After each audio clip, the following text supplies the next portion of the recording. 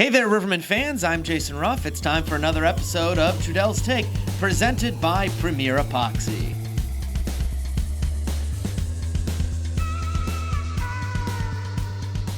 Jason Ruff joined once again, and as always, by Rivermen head coach Jean-Guy Trudel. Guy, last time we spoke, we were getting ready for the home opener. A lot of things have happened since then. This team has gone off to a great start, and they've stumbled a little bit. I want to talk about the home opener first and foremost.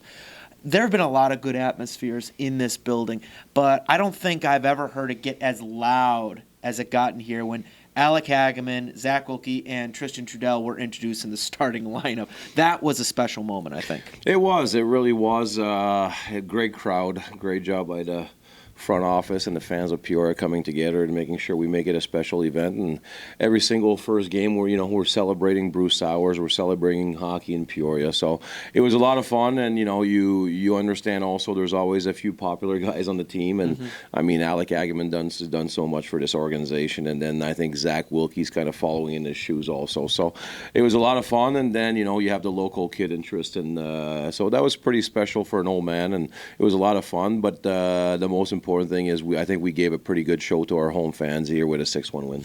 Yep, and obviously honoring Eric Levine before the game, that was special. You could tell, I think Eric did a good job of hiding the emotion, but you could tell how much that night meant to him. Well, it does. I mean, we, as athletes at this level, you don't get paid extremely much, and you still give your body in the same way as an NHLer will. So it's once you gave your 6, 7, 8 years of your life to an organization, I think we did a good job as a Peoriaman to make sure we honor those people. And Eric has been a big part of the SPHL days here in Peoria, and deservedly so. It's just a good night, especially that his parents was here. His fiance was here. So it was a lot of fun for everybody. And like I said, it's always nice to do all these festivities in the win. Tristan Trudel getting his first 2 goals in professional hockey. I tell you what was worth $1 million, seeing your face up on the big screen, and you just so happened so slightly cracked a little bit of a smile. That smile was worth $1 million, Keith. Yeah, it was. I mean, it's fun. When you're on the bench, you're a coach, but you still have a little feeling inside of you that you're happy for your kid's effort that he put over the summer and getting ready for the season. So it was fun. I think it was a great experience for the kid, and I always say, we only live a certain amount of time, so it's kind of nice to have these special situations that happen in your life, and I'm sure Tristan really, really appreciated that night. Absolutely. So now the Rivermen moving on, stumbled a little bit last Friday against the Quad City Storm after demolishing them 8-2 the previous Sunday. Obviously, you had a lot of players out, Alec Hageman, Tristan Trudel, as well as Alec Bear. Obviously, there's no excuse, but those are 3 big losses for any Rivermen team, no matter the year. Yeah, we don't, in Peoria, we don't look at it that way. We looked at if we show up, we do the right things, we play for each other, we're great teammates, we believe we can win any game. So I just thought we didn't play bad, we just played good enough. And, my saying, if you leave it to chance, a lot of times it doesn't happen your way. So we kind of left it to chance there. We didn't play as hard as we usually do, and unfortunately it was at home. We pride ourselves in making sure that we show up at home, because we also understand that these families that come in, they spend money to make sure they come and see a hockey team that represent their city well. And I thought we played well. It wasn't good enough for what's expected here in Peoria. Right. It wasn't to the Rivermen standard. It wasn't. It was just a blah game, I think, by both teams. And I think if you ask Dave on the other side, he'll tell you the same thing. It was just a, non-physical kind of Friday game, and I think it comes with also the beginning of the year. I always say every team is awful at the beginning of the year, and you have to kind of do the right steps to make sure we get better. And I just don't think we had it that night, and I think we could have still done. I always say you don't feel 100% all the time, but there's still things you can do to make sure you represent the Rivermen the right way. And I just don't think we were fully engaged mentally and physically into that game. And remember, the Rivermen still got at least a point out of that. The Rivermen still have not been defeated in regular season play yet this year. Yet the standards here are so high that there's no reason the Rivermen should not have gotten 2 points in that game. I think that says something about the culture here. It does, and I think we're lucky we have a buy-in by all players, and when they come here, they understand. Like we we're known across the league as a team that just doesn't stop. We go after you, and I didn't feel like we were that. We didn't play to our identity. Yeah. We just were out there, thinking we're going to win. Mm-hmm. And, I always say human nature. You won 8-2 last game. I tried to make them understand that was Quad City's 3rd and 3 in Quad City at the beginning of the year. Your legs are tired. And we had a day off that Saturday, so kind of the schedule was in our favor that weekend. But, again, the human nature, you just think it's going to be easy, and unfortunately they have 2 legs and they play hockey the same way as us, and they got a few good bounces, and the hockey gods weren't on our side because we didn't put enough effort in it. Haven't helped the Rivermen if they play a team with 3 legs. That'd be really interesting. Yeah, we'd still be okay. Certainly. I think so. The next question I had for you, Guy, is Ryan Nolan. There have been a lot of good stories about this team, but I think Ryan Nolan also sticks out. Taking the last game aside, he's been a spark plug as of late for the Peoria Rivermen, coming in as a rookie. What kind of niche has he kind of found in order to find a role on this team so far? Well, I think, we talked since camp. I think he's a good player. You said put the last game aside. That's the one I look at. You're only as good as your last game. Right. And to me, I think we were in a position where some players started thinking they were good. And when you think you're good, you don't do the little things that bring success to everybody. And once you don't do that, then your team looks like individual instead of actually a hockey team. And that's what I see. I think it's a learning curve for all young players to understand. Confidence comes and goes, and I always say there's these patterns that you see once you've done it for a long time. Is you play really well, you get a little bit content in practice, you go a little slower, then you play bad for a few games, then you feel like, oh my gosh, I have pressure, then you work hard in practice, then you play well again. So that's where consistency in veterans is absolutely key, because they know they're real pros, good, bad, and different. They get in the gym every single day, they work hard, and it's the same kind of effort every single day, and that's what you're looking for in players. And young players, you'll get those in consistent moments, but for the time being, I thought he played 3 out of 4 great games, and for us, that's building blocks for sure. You've been in hockey, you've been in coaching long enough. Why is it challenging for young players to build that consistency that they need? And likewise, how can those young players build that consistency? It's just a lot of it is so. I was very fortunate. I had a sports psychologist with my agent that really helped me out understand those kind of points, because we as athletes, so you got to remember, we work extremely hard for 2 or 3 hours a day. And then after that, you're stuck with your own mind for the rest of the day, and a lot of guys are not, they don't have they don't do a lot of things the rest of the day except for rest and do what they have to do. So we don't talk to ourselves enough. And we don't go, I think, when you're younger, you don't go through all the situations and understanding why you had success, why you didn't have success, and really put it in effect every single day. And that's where the consistency part kind of becomes. And when you say, like, Halleck Hageman's a real pro, he's a real pro because every single day he comes to the rink, he puts on his work boots, and he does all the things necessary to make sure he has good games when the games arrive.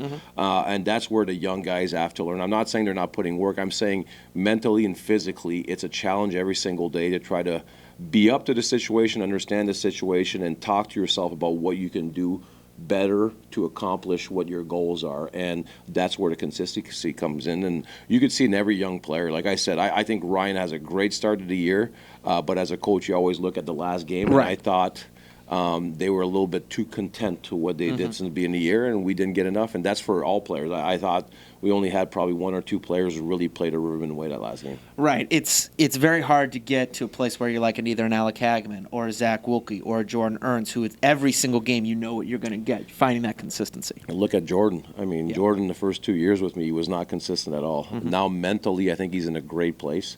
He understands how to prepare every single game. He understands how to prepare in the gym, and I think he's a lot stronger up in the old brain than he was. Same thing for Zach Wilkie. I think, even last game, he was a little bit disappointed. We did film together, and I was like, I thought he played a great game, but for him, his expectations of his mindset is so high that now we got that every single day from Zach Wilkie and Alec Hageman. That's what it is. It's just learning those little details that makes you better every single day. Sticking on Ernst for a second, he looks so fast this year. My goodness, like every single game, you see Ernst go from red line to blue line in a split second like that, and you're like, holy cow, where'd this speed come from?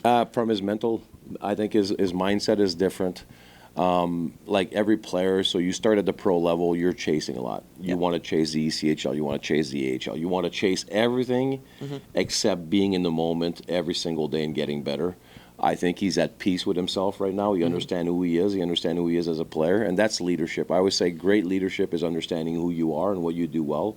And, man, he's a beast. He's phenomenal for us, and I think he came a long way maturity-wise, and that's another reason. I mean, in the locker room, he's a great leader. He wants it every single day, and I always say he's a little bit like Hags in the way that he brings everybody in the fight.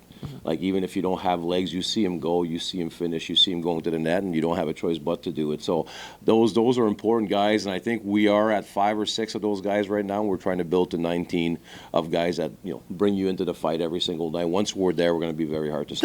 There's a lesson to be had there, isn't there? Yes, we all want to chase the next thing, whether it's the next promotion or the next step in our lives.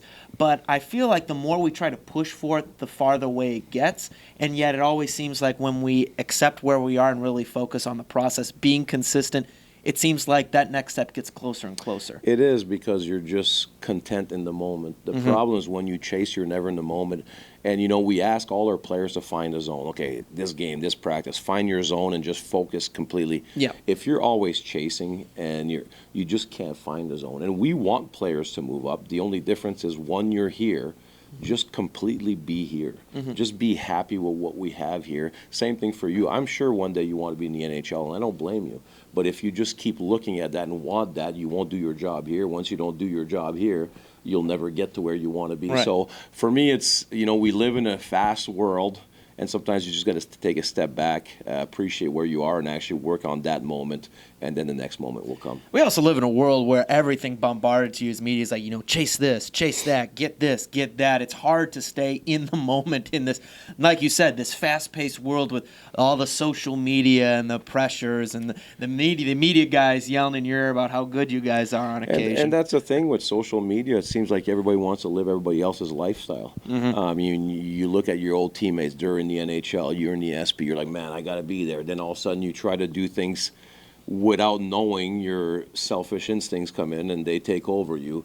And then all of a sudden, if you're just a selfish player on the ice, you'll never have success. It's a team sport. So there's so many things that comes in the way. And I always say, I'll tell you a quick story about my old man. And I thought at the time I did not like it, because I played major junior and my dad came to one game. I remember it was a final game of the finals against Laval, in Laval, to win the cup. And he called me that morning. He's like, yeah, I'm coming up. You're going to win a cup tonight. So I'm like, oh, pretty cool.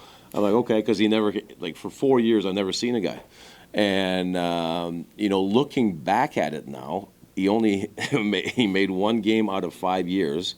But looking back at it, it's probably the best thing for me, because as parents, as social media, as media, like you said, we're always chasing, push, chasing. For me, my old man just said, you're playing there, just good luck. Never came up, never pushed me, never, So I had to find my own way mentally to where I wanted to be, what I wanted to do. And I never had that outside pressure of somebody pushing me so hard that I felt, pressure is amazing. Pressure is going to make you crumble. If you don't handle it the right way. And I was lucky enough with the old man. He never really pressured me and pushing me. You got to be there. No, you just play hockey, have fun, kid, and we'll see what happens. So I think at the end of the day, that's where we stand with a lot of players. They always think, because of the parent pressure, the social media pressure, that they have to be somewhere else. Once you accept where you're at and you play really well there, the next step is going to come. And that's one of our big mottos in Peoria. That's what I tell the players. Once you're here, be 100% a Riverman. And if you do get called up, I'll never call you again, while you're there, because I want you to be 100% with your new team. And I think we have a great buy-in from the players, and that's why we have success year after year. Oh, that begs the next question. Did you guys win that championship game your dad came We to? did. We did. It was fantastic. It was Game 5 in Laval. We were up 3-1, and Laval was strong, and I didn't, as a player, you always have doubts because it's a big game, the pressure, they're at home, and we just played phenomenal. And my old man got to see me. We lived the cup, and after we won the cup, he left that night at probably 11 or midnight. He's like, I got to work tomorrow morning at 7 a.m. So he just left the rink, and I never saw him again after that. So it was, like I said, it was, at the time, I thought it was kind of hard for a young man. But I think it was a blessing of not having a parent putting all that pressure on me to be somewhere else than what I was. Well, he obviously knew you guys were going to win. So it's like, well, if I'm going to see one game, I'm going to see my son lift the cup. Yeah, so he saw that one, and then he came one time. He hit one pro game. Well, it wasn't a pro game. It was when I got inducted here in the Hall of Fame. That's the 2 times I saw my old man in a hockey rink. So it was pretty cool. He only comes to the really good important games. thing. Correct. Should have invited him to Roanoke. I know, seriously. If it would have gone to Game 5, you probably would have. He probably would have come. Yeah, it's not that I don't. I invite him all the time. Yeah. It's just the old man. It's just the old man, man. He's a Trudel. He's set his own ways. Exactly. Well, Guy, that also leads me to another thought I had. We all know you're big into youth hockey. How do you help these youth players kind of understand that, hey, just live in the moment, focus on the right now, focus on doing your job and doing it consistency, and all the other stuff that you want will come? How do you do that, especially with these young kids and this younger generation? We try to build leaders. The first thing we want is just be a great teammate. Be a great teammate. Don't worry about anything else. So everybody's got those selfish tendencies inside of them, like without knowing it. So for us, it's just life lessons every day in practice and games, understanding that if you play a lot, you don't play a lot. There's certain things you can do to be a great teammate, and that's just growth.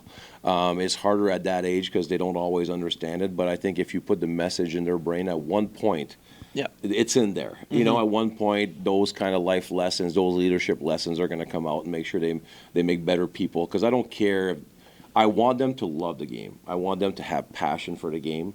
But I know most of them are not going to make it in the game. But if we can make great young men and young women out of them by having great leadership, so whatever they attack in life after hockey, they're going to be all set. So that's what we're trying to build in Peoria. Not only build a skill, which is part of it, but we're trying to build real good people. It's crazy how many parallels there are in terms of this Rivermen organization, where obviously it's up on the door. Good people make great Rivermen. Yep. And there's such a strong leadership core in this locker room with those gentlemen here on the other side of that door. And yet, when you look at the youth hockey, it's the same experiences. It's the same lessons. It's the same esprit de corps, so to speak. And I think we're lucky. I think, like you said, I think we have a great leadership people in Peoria as a whole. I believe that when it comes to the room, we're lucky upstairs to have Bart. Bart is loyal. We do everything as a team. We talk about things. When you come down here, I'm lucky. I work with great people in Trevor and Allison. I got you on the bus trips. We got Alec Agaman. We got Levine. We got Wilkie. We got Jam. We got all these phenomenal leaders and people that we work with every day. And we are an unselfish organization. We want the best for everybody. For my first speech is always, why is it not okay that 19 players and a whole staff has success at the end of the year? So we really do care about the success of other people, and I think we try to transfer that to the youth hockey program. Because if you look at youth hockey, we have the Blake Ormans, we have the Halleck Agaman helping every single. We have all these great people helping, and you try to build the best coaching staff at that level also to make sure that the kids are surrounded by people that really care for them. And it's not always perfect, but you try your best to make sure those kids have a chance to not only make it in hockey, but become great leaders in the community later on in life. Because that's what it's all about, building people. Building people, building confidence in people. Sometimes building confidence in people is not always rosy and fun. Sometimes I always say the hard truth really helps in the end of the day if you take it the right way. So, if you're always truthful with your athletes and you want them to really develop the right way, sometimes there's going to be hard conversation, but once both sides accept and when you work together as unison, you're hard to stop as a program. So that's what we're trying to build in Peoria, and it's been working so far. Could it be better? Of course, every organization wants to be better, but that's why we study not only the game, we study the mental part and try to make every athlete as good as we can mentally and physically.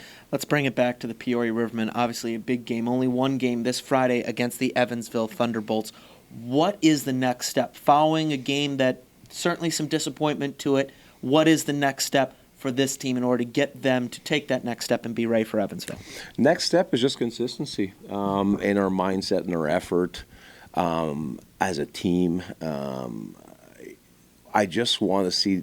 So I thought we had a good meeting yesterday about that everything will be done together. I mean, I always say a player-ran team is a lot better than just a coach-ran team. So we want to make sure that there's not only 4 leaders in the locker room, that everybody has a voice, and we want to make sure that our identity comes out every game.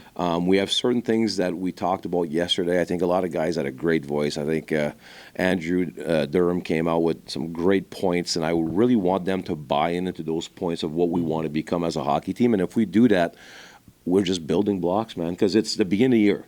Like, there's going to be mistakes. There's going to be times that it's not as good as we want to. But if we can just build those blocks slowly, it's going to be – I love my team. I think we have an extremely good team. I just think we have to kind of put it all together and play for each other every single day. The Rivermen at home this Friday night against the Evansville Thunderbolts. The Rivermen will be celebrating Veterans Day and will be wearing specialty Veterans Day uniforms presented by Smart Local 1. Those uniforms will be auctioned off at the conclusion of Friday night's game. Again, puck drop is set for 7:15 p.m. I want to take it away from hockey for just a quick second to talk about something that's important to me. Our good buddy, David Minion, we got some good news. For those of you who don't know, he recently had surgery to remove some soft tissue cancer up around Halloween time and in Chicago. We just got news today that he has been released from the hospital. He's beginning the long recovery process. He's not expected to be back until around January or so, back covering Bradley and the Rivermen. But we did get some good news. The surgery was successful. They say they got all the cancer, and now it's just, the long road back for recovery. And goodness, when I first, great Cleve story, when I first got the job, I'm still in Odessa just telling people I got the job here. The first call I get is from Mike Olson. Second call I get from David Minion to talk to me and bringing me in. And he's been such a great big part of our hockey community. We talk about how the hockey community is family here. When one of our own is hurting and one of our own is going through a battle right now, man, we close ranks. You said it perfectly, my friend. I talked to Dave over there the last few days. He sent me pictures of that surgery, and we are so happy right now that he got released. And it was hard news. It seems like the big man doesn't really want to talk about things sometimes, and once he brings it up, it really hits me hard because I'm the same way. A lot of teams, you work with media a lot.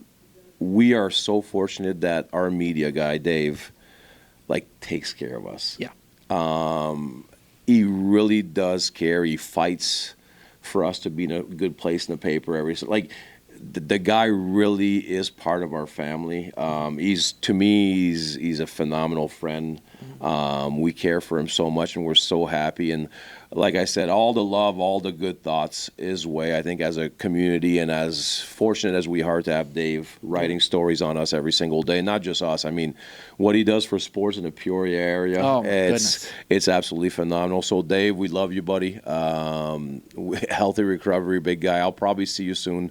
I'll go visit you, buddy, and give you a big hug. We're happy that it went well, buddy. Yes, we are certainly happy, and for everyone, continue to keep Dave Minion in your thoughts and prayers as he continues his long road to recovery. We can't wait to have him back here in January. Guy, thanks for your time. We'll talk to you on Friday. Ruffer, you do a sick job, buddy. For Jean-Guy Trudel, I'm Jason Ruff. This has been Trudel's Take, presented by Premier Epoxy.